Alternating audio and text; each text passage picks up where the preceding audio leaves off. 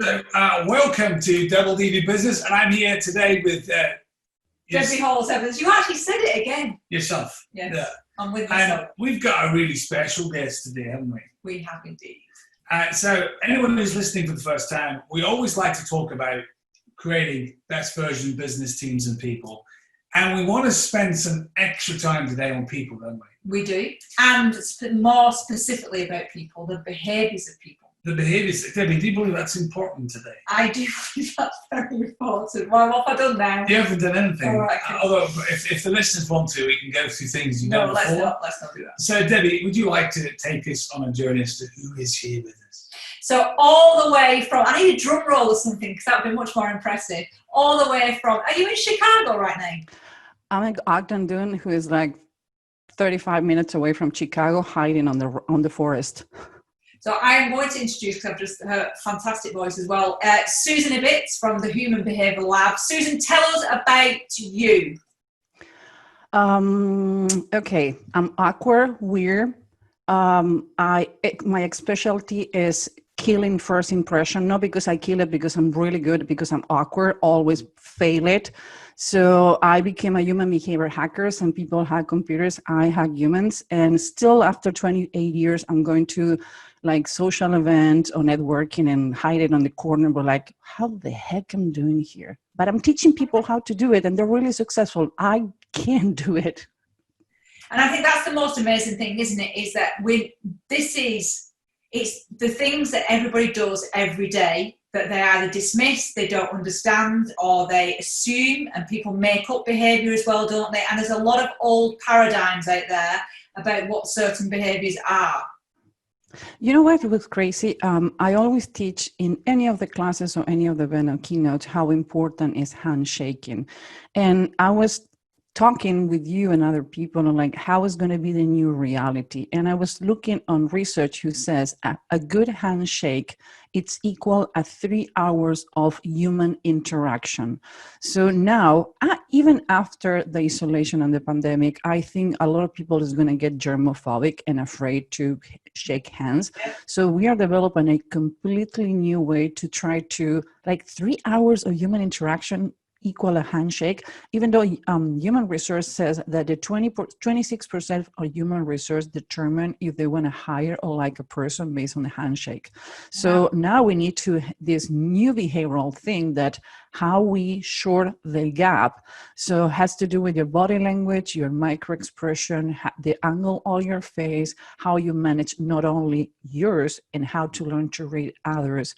I always says it's easy to read others, but what about if the other person is showing behaviors who are a reflection of the behaviors you're doing because you're not conscious that you do it, and most people are not. I've spent my life doing that as a dad, haven't I? Yeah, well, Dave has a very frowny face, as you know, Susan. Yeah. And that can be perceived by other people as completely different emotions that he isn't actually feeling, but other people then receive it in a certain way. Basically, then you make a career. Literally, like that, yeah. You made a career pissing off people. Yes, it's true. It's true. You know, one time I was in a place in Wales and I was walking down the street and I remember commenting to a friend of mine saying, who wasn't from there either, and we're strolling down the road and I said, why are all these people frowning at me? And I was actually concerned at the time, thinking that it looked really aggressive. Then we ended up in a bar, a rugby bar, a sports bar, and people were still doing it. And I'm going, we better get out of here, this is bad. And they were most likely just reflecting me. But the funny part is I need to read your face from the face reading behavioral standpoint. You have round features that make you likable. I think is the frowning. You see the three train track lines that you have between your eyebrows. Yeah.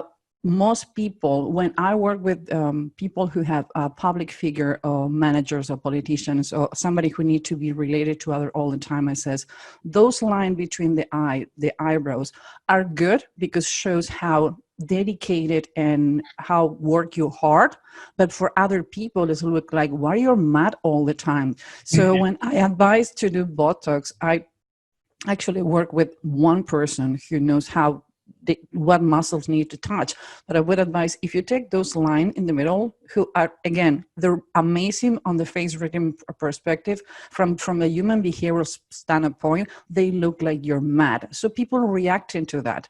It's Anais Nin says, we don't see things as they are, we see things as we see them. So if people see that, they think that you're mad. Actually, you're not. You're a really funny guy. Can we have that? It's recorded. It's recorded. So sorry, Debbie. I give Dave some ammunition against you. Glass. It's been said in public now. Right.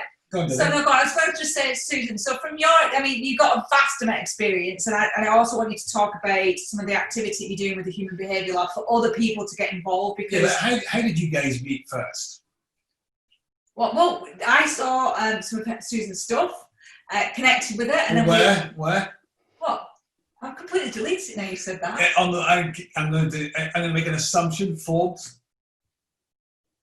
Yes. Is that where you met? Susan, where did we actually meet?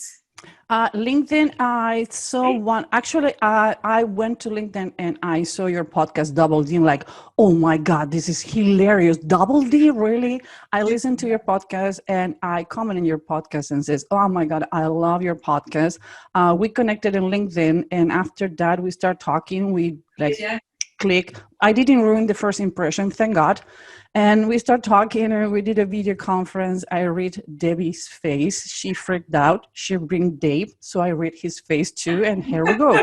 And we're here. That's right. So if a handshake, by the way, is 3 or 4 hours of deep relationship rapport, you reading our faces and it going well must be at least a week of benefit of getting to know us. Would you say so, Debbie?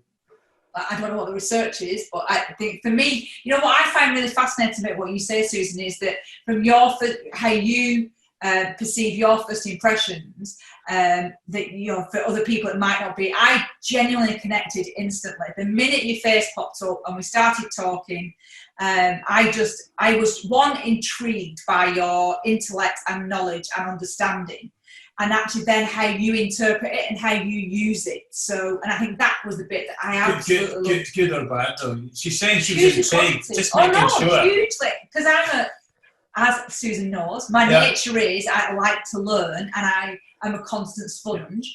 And knowing that this is actually a science and an ability to do it and understand and explore with people more. You said, is it 200 and something different nuances and micro movements you can assess instantly, can't you, really quickly? You can read 235 features approximately, at least from the Western standpoint, because you have the Oriental point, and I haven't studied yet. And the funny part is I was looking to take a leap and go to China to study. Now I don't know what is going to happen to get the Oriental point, because they have different meanings. But I do the Western standpoint. Only to be clear, I do 2 things with faces. One is face reading. It's the map of your face. They're the features, the wrinkles, the dimples, the cleft on the chin, those kind of things. And another one are micro expressions. So face reading is a GPS on your life and the way you think, and you intake information, how you process information, how you spend your money, how you talk to others, how you're feeling and how you're doing. Micro expressions are a GPS of the emotion that you're trying to conceal and determine times when, like, for example, says, how you doing? And you flash your nose like you're disgusting because something is happening. And another thing is body language. Freud used to says, you can lie with your face, but your body and your feet are going to give you away. And it's true. You can manage all your body language, but feet, depending where they're facing. And like one of the things that I said, like, dude, are you facing the door? And you say you're really engaged. That you see that a lot in dating. You know how good they're doing, depending how the glasses get together and what the feet are facing. But regarding how we connect, I would say, if you don't find your tribe, make your own. So I have news for you, dude. You 2 are weirdos too, because if you connect is the only reason why. I have 2 kind of people. The people who look at me like threat and like, you're a witchcraft. I don't like you because you read me, so they hide. And another one is like fascinated and want to learn more. I get used to at this point to get both, and I don't take it personal. At this point in my life, I don't take anything personal. I feel like we're like the behaviour Power Rangers. So, seriously, Really? yeah, I've been slightly ridiculous but I've been intentionally sincere because I don't meet you and do either of those responses because, like Debbie, I'm values-led in how I connect with people. I've only recently really understood that over the last couple of years. So if I connect with somebody at a really deep-centered level, who they are, what they're about, doesn't matter.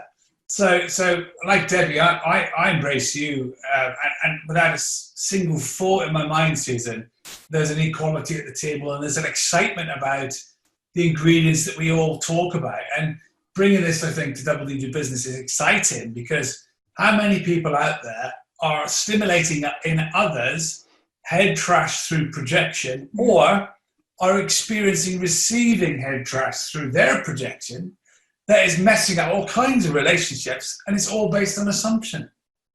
You know what? One of the things is when I need to do a profile in someone, I ask, please don't tell me anything. Send me the picture, send me the email, don't put the name of the person, erase everything, send me an email so I can analyze the text when somebody may be trying to deceive you. I never call lie detection because nobody's perfect. I'm not perfect, and whoever says was 100% lie detector, run away, is lying to you. So less I know about you, less biased I can be. Why?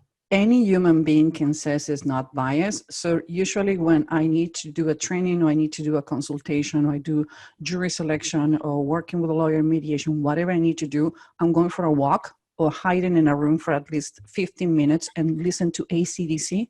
Why? Because I don't know what that music disrupt my brain that I forget about what I'm going to do, so I forgot the bias.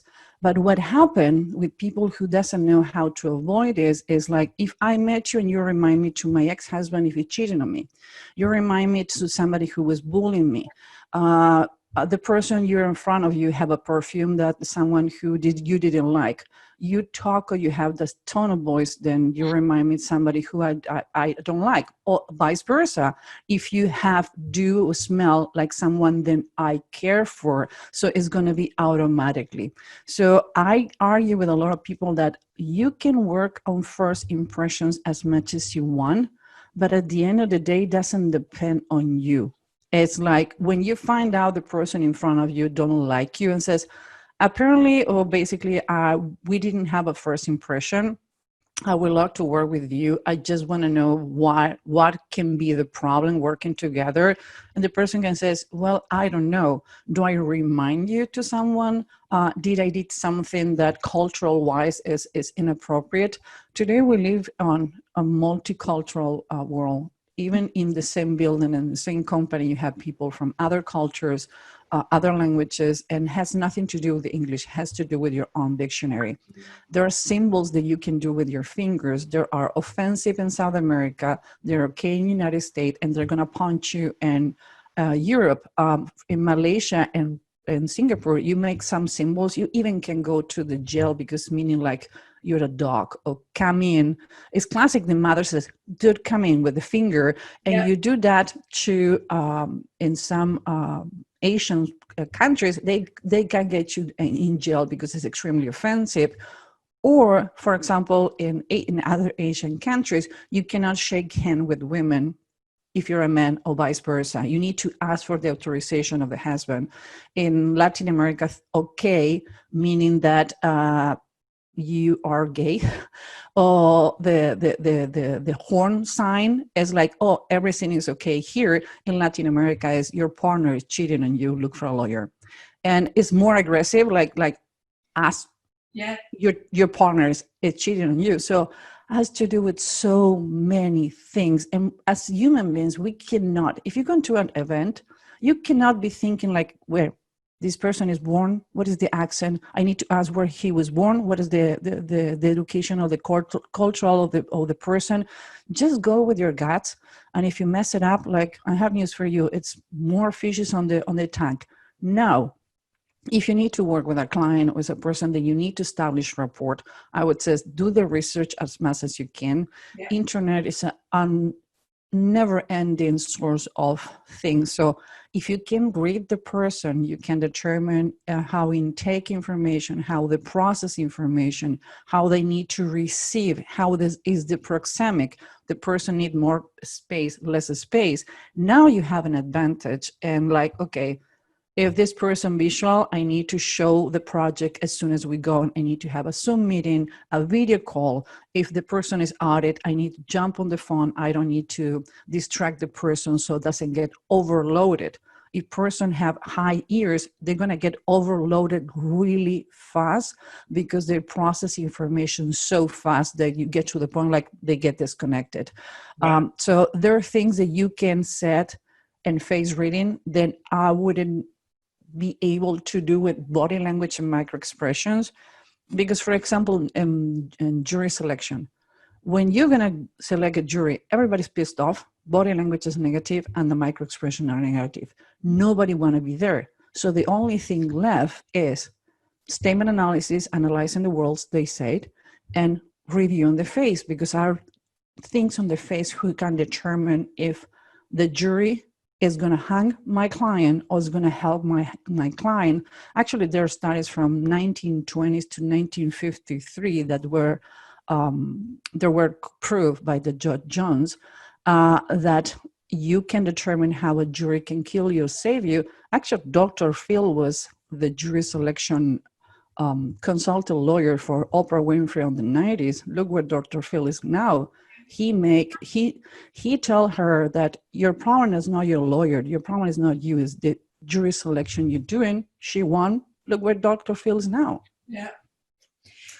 So go. No, you fired away, David. No, it just fascinates me because I just think there's you have just literally dropped about 5 major bombshells about ways of people understanding and interpreting, even just the location of somebody's ears and the distance and the size of their ears, the way they look. One of the things you even said to me was about, I love big glasses because part of my nature is I want to see the whole picture. I want to see it all, irrespective of what my eyesight is. It's irrelevant. It's my choice of what I then choose to put on my face is more indicative than just a fashion item. It's actually more than that, isn't it? Is there any... I'm sorry, you're the 180 person. You have people who have 90 degrees, 120, 180. You're 180. You're able to scan a room and see every aspect of things that other people missing. So that's the reason you're so meticulous and take you longer to make a decision, because you observe and determine every point that need to be made on the list. So you probably make a list, and until all the checkpoints are not perfect, you're not moving forward. The problem is, I would say it's procrastination for overthinking, because it's never going to be perfect enough, or procrastination by perfection. So that's the reason why you and Dave are perfect, because he think outside the box. You want to follow the rules. So you are the girl behind the microphone, but not in front of the TV. Yeah. And Dave is the one like, let's go. That's very, very true. It is, yeah. And less of analysis on us, Susan, thanks very much. But in reference to helping other people, so if there was maybe 1 or 2 really definitive things that we should be better as humans, as being able to interact with other people better, whether it be a sales meeting, whether it just be the way I want to build relationships with my colleagues. If we think about how we are now in COVID-19 to where we're going to be, you've already mentioned handshake, which is phenomenal. So what else can we do? What are the kind of the before we answer that, this week I've been talking quite a lot about something called social rapport. And social rapport, according to Dave Evans, not according to anything else, is, right, is where we have a single point of common ground globally. You can apply this in a country. You can apply this if there's a major event that's disruptive that's coming, like the Olympics, for example. Everyone in that place is going to be talking about the Olympics, right? So the challenge is it's both deep in terms of rapport, COVID-19 that is, and really shallow. And I think what concerns us, and you've highlighted a few already, coming back to your question, what concerns me is the world is sometimes a little bit ignorant around, we believe our own things we say. So therefore, look how many less planes are on the sky, look how the ozone is. isn't it wonderful, the lifting of the pollution above major countries in the world, etc., right? Right. Look how terrible it is, look how awful this is. And yet what human behavior is a default program that we've grown into. So no one is talking about, and we are here on this podcast, the really urgent attention that's needed to that the world is going to have a cold first. So we're going to come out of COVID-19, right? And what's most likely to happen? Capitalism and consumerism is going to take off, literally. Then we're going to have 2 months of everybody consuming, followed by regret, just like at Christmas time and the start of a new year. And then the change will probably start. Or we could be listening to somebody like Susan and interrupting ourselves, understanding ourselves better and others to actually apply some of the lessons that are coming out of this and know there are now new boundaries too. First of all, one of the things that fascinates me the most was I'm self-isolated since March 10. As soon as I see I come in, like, dude, I know how I'm more afraid to people than the virus. So one of the things I noticed is the toilet paper. So I couldn't get it. So I start talking with psychologists and says, can be a scarcity? And it says, yes. Everybody was saying, like, we're going to run because the primary material we use for toilet paper coming from China, we're not going to have it. And everybody start talking about it. And a scarcity is like, I need to have it because it's going to run out.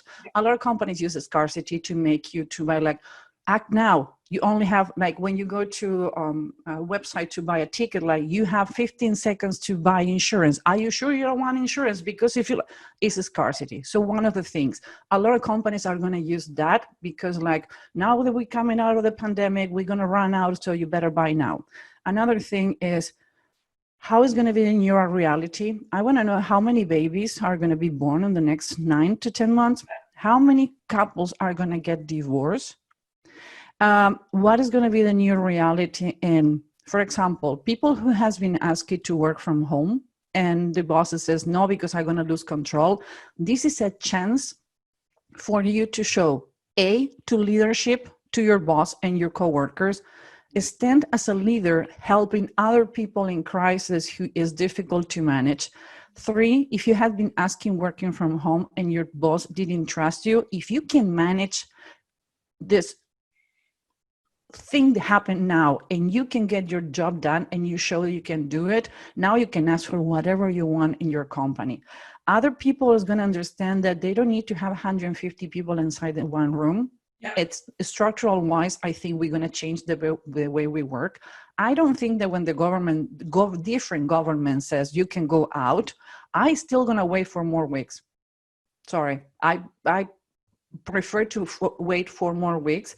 The way that we're going to shake hands, the way we're going to meet, is so many people moving to online. We were talking, exchanging text messaging in LinkedIn in a thread, and somebody says, oh, I don't know how to manage working from home. And I reply like, I'm more productive because I don't need to go to point B, C, D to have a meeting. I can have a meeting every 45 minutes. I doing more things. Now I'm walking and talking with friends on the phone. I've been eating healthy. I work more because we are launching a lot of products and we're doing websites that productive wise, I've been more productive now. And I hear a lot of people saying, oh, I'm more productive since I work from home. The 2 hours that I'm avoiding commuting, now I can exercise and spend it with my family. Mm-hmm. So it's going to be a completely new reality. This is going to be a circus for the next year. See how the companies react. This is the time to plant the seed with your customers. I have been receiving emails in LinkedIn, contact in LinkedIn, like, hey, I would like to contact, and jump into selling. Like, no, yeah.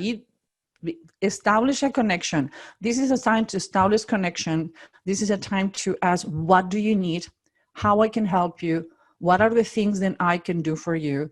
For 2 weeks, we stand out of the media, observing what happened. And after that, we jump on helping mode, doing videos on how to manage the media as a company. Now we're doing webinars on how to use body language in video. What are the free tech that you need to use? How to do it, how to use screen, what you have outside, how you need to manage your hands, what you need to be doing in posting, how you need to be posting. So I think everybody who is in helping mode is going to be in a better position next. But I agree with you, Dave. It's going to be a consumer desperation after this. And another way, I think we need to go back to an economy who go again in a roll, because people was afraid to recession. This is way worse because it's worldwide. Yeah. It's completely global. There's no boundaries. In the same way, the virus knows no personality or celebrity status. You know, right now, today, at the point of recording, Boris Johnson is still in ICU. ICU, yeah, I hear the as ICU, and apparently he's doing well today, so that's good news. But it doesn't differentiate. It doesn't matter who you are, and actually, the human race doesn't differ. Yeah, we have lots of differences, but one human is the same as the next human, wherever we're from. And I love the fact it has temporarily reset that. So, Debbie, you want to ask a question? No, I was just going to say, I also think we've not to be naive about this. I think for me, and I wrote about this privately, and for me it was about, we are all saying lots of great things right now. Yeah, so I'm generalising it, but in regards to it, we're going to be kinder, we're going to be better people, we're going to be all of these things. But I also think it's quite naive to believe there'll be a cultural shift in a very small percentage of people that will maintain all of the positives, and they'll embrace the positives from the current situation that they're in. So whether that's our productivity, whether it's the way that we interact, whether it's the language we use, whether it's, you know, my greater understanding and equality of others, all of those great things. But there will be a massive swathe of people who will not change and will fall back into, and that to me is where the imbalance will occur. And how do we work through that? How do we sustain some of the positives from such a horrific global pandemic, and then build people from that? So, you know, there's a generation of people, as we know, being attacked by this. And when we heard somebody, what do they call it? Boomer remover, yeah. Yeah, somebody's called it boomer remover as a I know, it's horrific, isn't it? The power of language there, Susan. Yeah. But I think there's we now know it's can attack anybody irrespective of age, but there are going to be people that have got certain things. But for me, it's about how do we sustain it? What is it that we have to do as a human race globally? This is not just me and Dave sat up in Edinburgh, you in lovely Chicago, just outside of Chicago. It's how do we sustain that? What is it that we have to get brilliant at now, so that when we're coming out of this, at the other side of it, we're doing something with it? A partial answer. I want to throw this straight back to Susan. Is you've got to be willing to learn new things. We've got to be open to insights that are not readily available, and we've got to be prepared as humans, I think, to learn another level of understanding. So, on that note, assuming you're listening to this podcast and really enjoying the discussion so far, and some of the incredible things that Susan has said, Susan, how do people get to, spend time with you? No, now only by video. But after that, I'm still single. So if you want to drop me an email, we can talk. People can contact me on humanbehaviorlab.com. We're launching next week humanbehaviorhackerschool.com, because I've been asking where we can learn that witchcraft that is a gift. No, it's an art that you can learn. It takes time, it takes practice. So we're launching Human Behavior Hacker School, when you can learn all the things that we do, and we have bring amazing coaches like you guys to teaching. Is the only e-learning platform specialized in human behavior, only human behavior. You're not going to have somebody teaching how to cook on the same website. It's invitation only coaches, and we're going to have private Facebook for training. We have now meetups, and not on Latin American and Spanish, meetup in all United States with different time zones, with people from Europe can engage. And if you know, look me on LinkedIn, I reply to all my messages, and I've been doing amazing connections during this time, like with you guys. We like each other, we start talking, we start a conversation.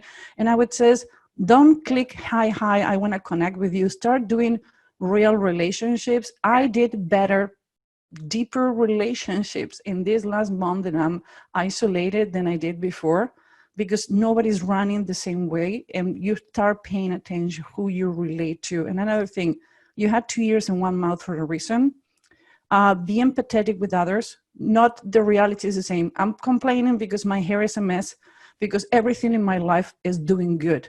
But I cannot say that to someone who have a partner who's sick. I have friends who are sick. They're getting really, really bad. Yeah. So choose what to talk with the person you are in front of you. Let them vent. But leaders, even after 9/11, the leaders who make them were aware of the reality, but looking on the future, on the positive way on the future. Don't get stuck in how bad we're doing, is how good we can make it the next step. Look for the positive. It's nothing good with this yet, but it's positive on the future. So if you want to talk with customer, relate to other, talk about like, okay, what is your next step? What we can learn from this experience next? How we can go back to the situation? Empower your employees because they're your first customer. How you show to your people is how your people is going to replay after.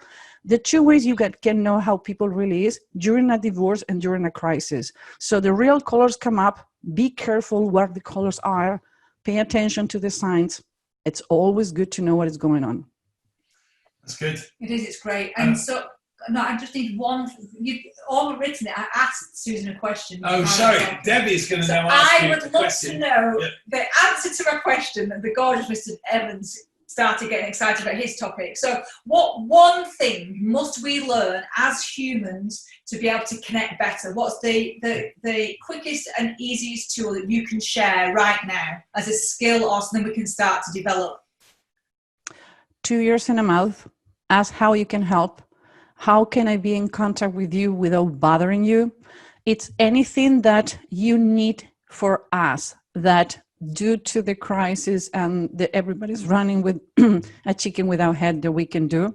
Yeah. To give you an example, I contact all my customers and says, what about if we do lunch with signs or coffee with signs? So the client sending pizza or donuts in the morning, and we met with the employees how to do videos with the clients, how to record, how they manage in the situation. So what I did is I reached to all my customers and send them video message, not an email. 59% of the people prefer to see a video than read an email. So I send videos and says, hey, dude, I know you're crazy. I cannot imagine what you're going through. You have X amount of employees. What we can do together to help you is the anxiety of your employees, help you to manage. Let's get on a call and let's do it. And I've been doing that like almost daily, and people is reacting good. It's not a manipulation. It's really like, we get in this business to help humans. Yes. So reach to your customer to see what happened. That's where they need most help. So ask, what can I do for you? Okay. Great. Great advice.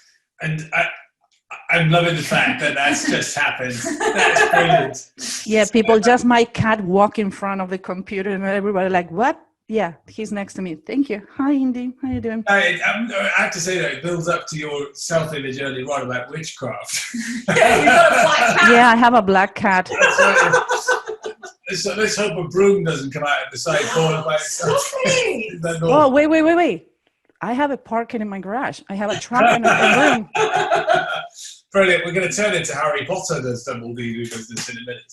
Now, I like the dark side of the moon. Okay, you want to see what is you see? Darth Vader? There you go. That's brilliant. Actually, I have a lightsaber in red too. Perfect. So, Debbie, one more tip that we can let people know about, again, as an end point to when you learn all these things, what could you do? We've talked about it loads. What are you laughing at? What have we talked about? As in what I was about to tell you that we talked about. Yeah, go on. Match plus one. All right, yeah. Oh, yeah, You see, one of our number one techniques and simplest techniques we've ever taught and come up with is match plus one, where you really just focus here and you make that connection really sincere, and you match and paste the face you're looking at, and you really take your time to either take it up or take it down depending on where the other person is at. And I love the fact that what you're talking about is behind all of that as a real deep subject and understanding in education. So I think that's been fantastic today.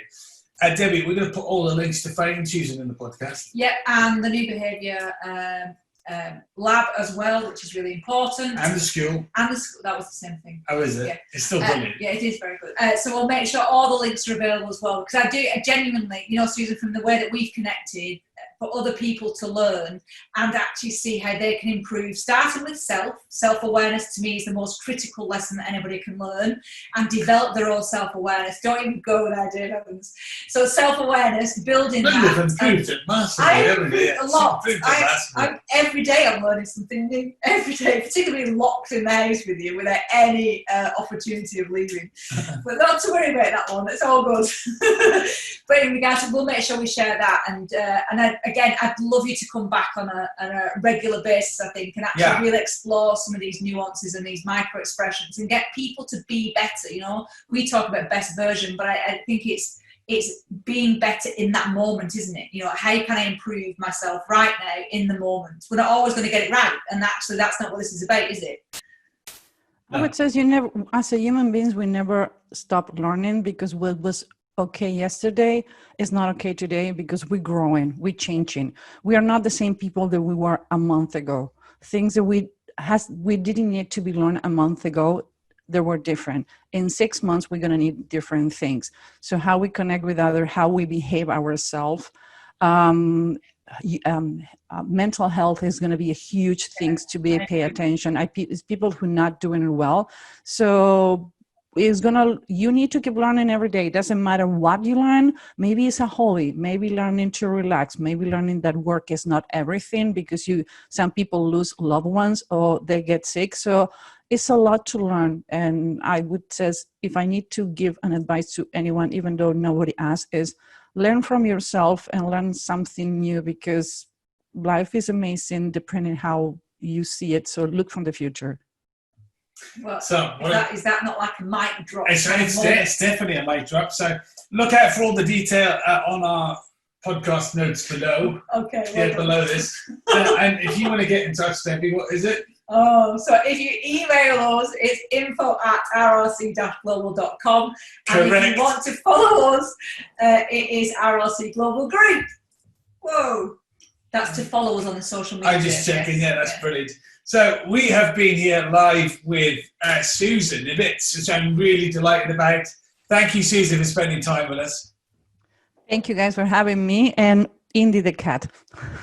Indeed. And Debbie, you've been here once again. Thanks. Brilliant. We have been Double D Do Business, every success with your learning.